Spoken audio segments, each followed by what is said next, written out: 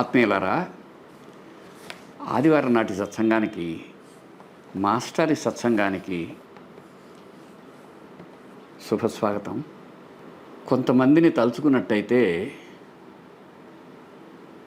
వారి ప్రేమ, అనుగ్రహము, ఆత్మీయత, దగ్గరితనం, సాన్నిధ్యం గుర్తుకొచ్చి గుండె గొంతుకలోకి వచ్చినట్టుంటుంది. తెలియకుండానే హృదయం ఆర్ద్రమై కళ్ళు చెమ్మగిలుతాయి. అటువంటి జ్ఞాపక స్ఫూర్తికి మూలపురుషుడుగా చెప్పుకోదగిన వారు మాస్టర్ గారు, భరద్వాజ మాస్టర్ గారు. ఆయనతో గడపగలగడం మన జీవితంలో గొప్ప ధన్యత.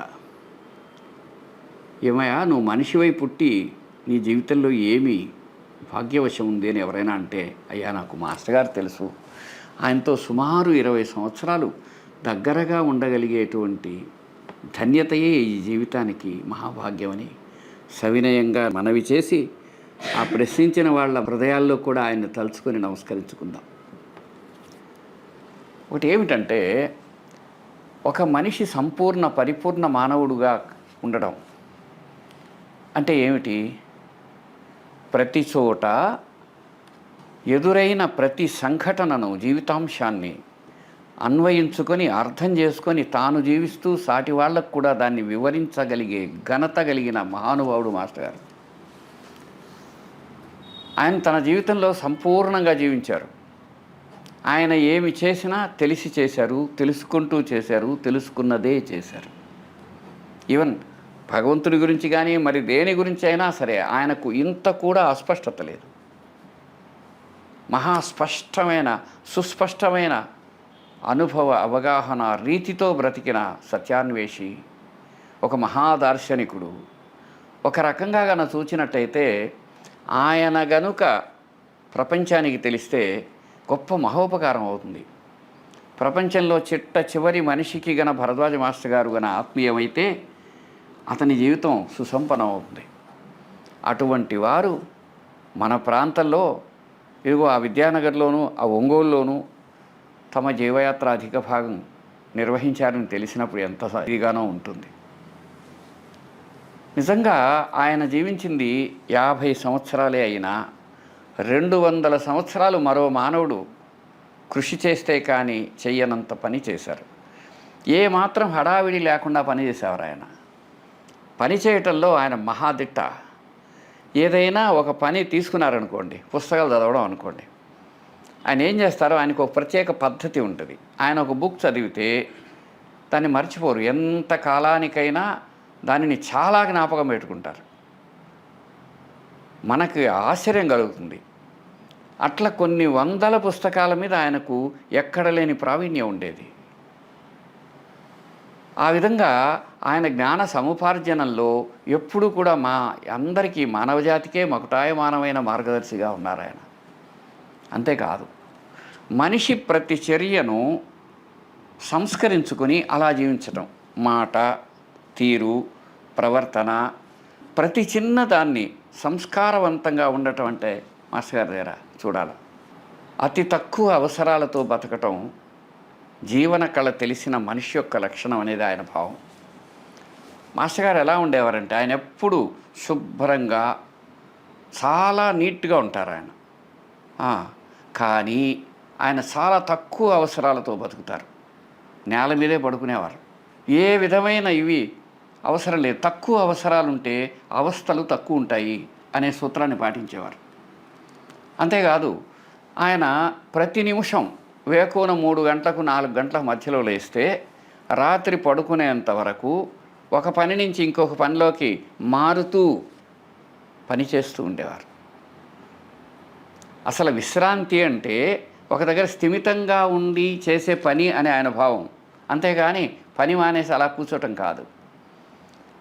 అదే కాదు, దేనినైనా సరే సహేతుకంగా ఆలోచించి హేతుబద్ధంగా నిర్ణయించుకొని ఆ విధంగా ఒక సమన్వయం చేసుకోవటం ఆయన లక్షణం. ఆ విధంగా మనందరినీ నడిపించడం కోసమే తన ఎదురొచ్చిన ప్రతి మనిషి యొక్క మానసిక, హృదయ, ఆత్మీయ వికాసం కోసం పనిచేసేవారు ఆయన. అంతేకాదు, ఆయన దగ్గరకు పోగానే ప్రేమ అంటే మాస్టర్ గారి సాన్నిధ్యం.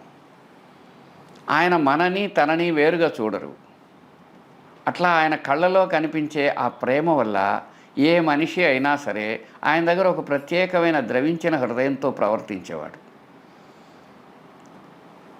ఆ విధంగా ప్రతి వారిని ఆదరించటం ఆయనకే చెల్లు. ఒక రకంగా చూస్తే మనందరిలో కూడా ఆయన తన గురువైన బాబావారినే నిరంతరం చూసుకుంటూ సందర్శిస్తూ ఉండేవారేమో అనిపిస్తుంది. ఆయన ఎప్పుడు విసుగు, చికాకు పడిపోవటం అలాంటివి ఏవీ ఉండవు. ఏదైనా విస్పష్టంగా ఉంటుంది, ప్రతి మాట, ప్రతి తీరు. ఇకపోతే ఆయన ఒక పని గన ఒప్పుకున్నారో పని రాక్షసులు లాంటివారు ఆయన.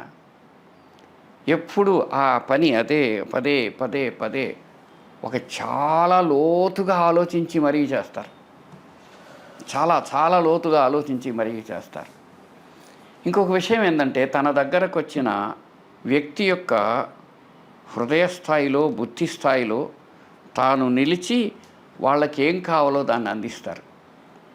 నాకు ఆయన ప్రవర్తన ఎలా ఉండేదంటే, ఒక తల్లి తన దగ్గరున్న చిన్న బిడ్డకు నెయ్యి కలిపిన చారణాన్ని అట్లా నోటికి అందిస్తూ కథలు చెబుతూ కడుపు నిండా తినిపించే తల్లిలాగా మాస్టర్ ఉండేవారు. ఆ విధంగా ఆయన మన హృదయాల్లోకి ఒక పరమాద్భుతమైన జ్ఞానస్పర్శను ప్రసాదంలాగా ఇచ్చేవారు.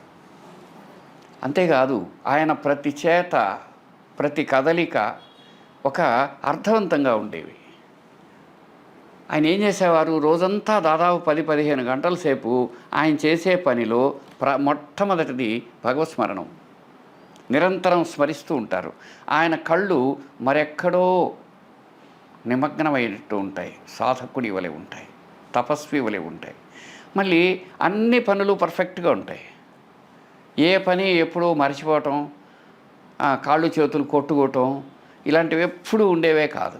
ఒకవేళ ఉంటే దానికి ఎక్కడ లేని అర్థం ఉంటుంది. అట్లాంటి ఒక సంఘటన చెబుతాను. విద్యానగర్ కాలేజీలో 5వ నంబర్ రూమ్ అని ఒకటి ఉండేది. ఆ రూమ్లో ఒక డయాస్ కొంచెం ఎత్తుగా ఉండేది. సాధారణంగా మాస్టర్ గారు వస్తున్నారంటే ఆయన నడకలో వస్తాదులాగా ఇదిగా ఉంటారనమాట. శ్రద్ధగా ఇదిగా ఉంటాడు. అణువు తాను అనుభూతి చెందుతూ నడుస్తున్నట్టుంటారు. రావడం వెంటనే ఒక చైతన్య స్ఫూర్తి ఉంటుంది అక్కడ. అంతే, వచ్చేస్తారు, నిలబడతారు, అట్లా అప్యాయంగా ఒకసారి చూస్తారు. అందరూ సద్దుమణగ్గానే పాఠం ప్రారంభిస్తారు. ఆ పాఠం ఎలా ఉంటుందంటే, అంతకుముందు క్లాసులో ఎక్కడ ఆపారో అక్కడి నుంచి ప్రారంభిస్తారు. మనం పుస్తకం తీసుకొని ఎక్కడి నుంచి అని అడిగి అది చూసుకొని అవునా కాదా అని ఏముండదు. రావడం అక్కడి నుంచే ప్రారంభిస్తారు. 3 నెలలు 6 నెలల తర్వాత అయినా సరే అది మాస్టర్ గారి విధానం. అంటే ఎక్కడ ఒక్క సెకండ్ కూడా వేస్ట్ చేయటం ఉండదు. అట్లాగే వస్తున్న ఆయన ఏమైంది తెలుసా, ఏమైంది తెలియదు, ఒక్కసారి కాలు తట్టుకొని ఇంకా పడిపోలేదు కానీ నిలదొక్కుని ఉన్నారు. అది భలే ఆశ్చర్యంగా ఉంది. మాస్టర్ గారు తెలిసిన మా అందరికీ అది ఎప్పుడు జరగదు. ఎందుకంటే ఆయన పూర్తి మెలకువతో ఉంటారు. అదేమిటి అలా అయిందే అనుకున్న వెంటనే అది ఏదో విధంగా క్లాస్ అయింది. ఎప్పుడెప్పుడు అయిపోద్దా అనుకుంటున్నాం కదా, వెళ్ళి వెంటనే బయటకు వెళ్ళగానే వెళ్ళి, సార్ ఏమైంది అని అడిగాం.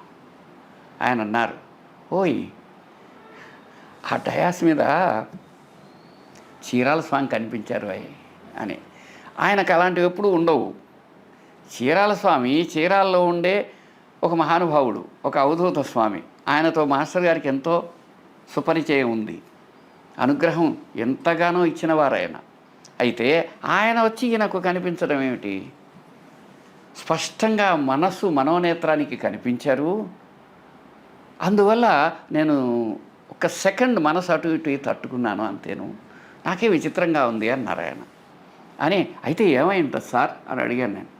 అప్పుడు ఆయన అన్నారు, ఆయనకు ఏదైనా ఆరోగ్యం ఇబ్బంది అయి ఉండొచ్చేమో, ఆయన పిలుస్తున్నాడేమో అన్నారు.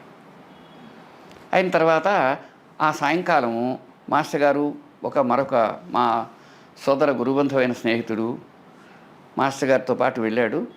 అక్కడికి వెళ్ళారు. తీరా అక్కడికి వెళ్ళేప్పటికి ఏం జరుగుతుంది, అయ్యా ఆ ఎర్రస్వామి వచ్చాడా, వస్తాడులే అయ్యా అన్నాడు ఆయన. ఆ విధంగా ఆయన అన్నప్పుడు ఇక్కడ ఆయన కనిపించాడు.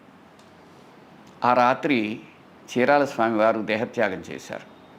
మాస్టర్ గారు ఆయన సాన్నిధ్యంలో ఉన్నారు. భగవంతుడి దివ్య లీలా విలాసంలో ఇది కూడా ఒక భాగమైంది. అంటే అటువంటి పిలుపు. ఆ రోజు ఇప్పట్లాగా ఫోన్లు లేవు. ఆ మహానుభావుడు అలా సంకల్పించగానే ఇక్కడ ఆయనకంత సుస్పష్టమైన అనుగ్రహం లభించి ఆ విధంగా మాస్టర్ గారు వెళ్ళడం జరిగింది. ఇలాంటివి చాలా అద్భుతమైన విషయాలన్నమాట. అంతేకాదు, ప్రతి సెకండ్లో ఒక చిన్న భాగాన్ని కూడా అనుభూతి చెందుతూ జీవించడం అంటే భరద్వాజ మాస్టర్ గారు. జీవితాన్ని సంపూర్ణంగా ఏ క్షణానికి ఆ క్షణం అనుభూతి చెందినటువంటి ఒక సత్పురుషుడు, గురుభక్తుడు ఆయన.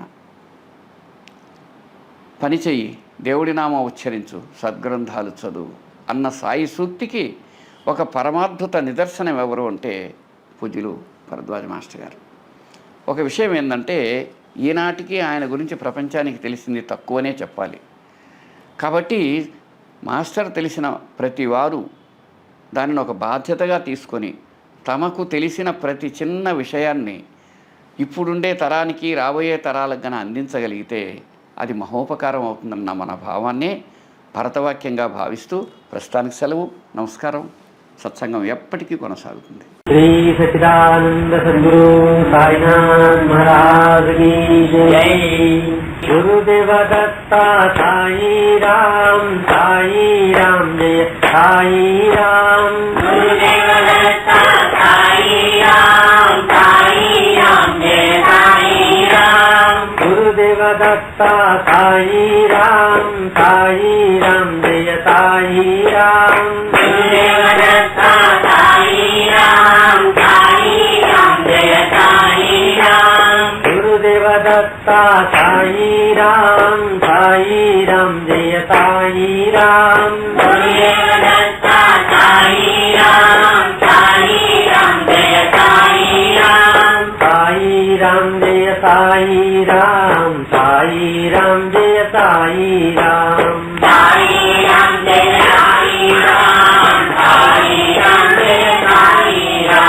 साई राम जय साई राम जय साई राम।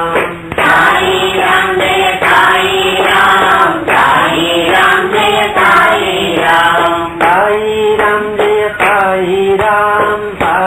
राम जय साई राम।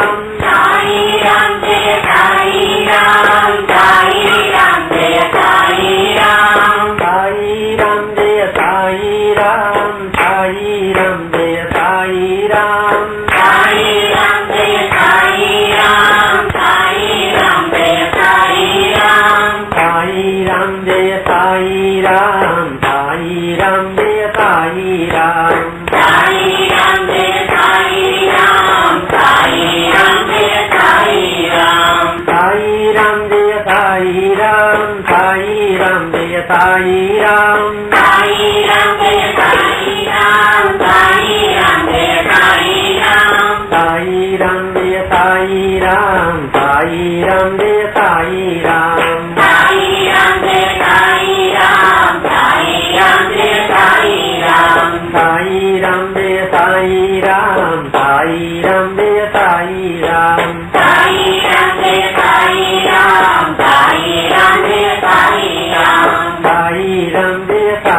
राम साई राम जय साई राम साई राम जय साई राम साई राम जय साई राम श्री सच्चिदानंद सद्गुरु साईनाथ महाराज की जय।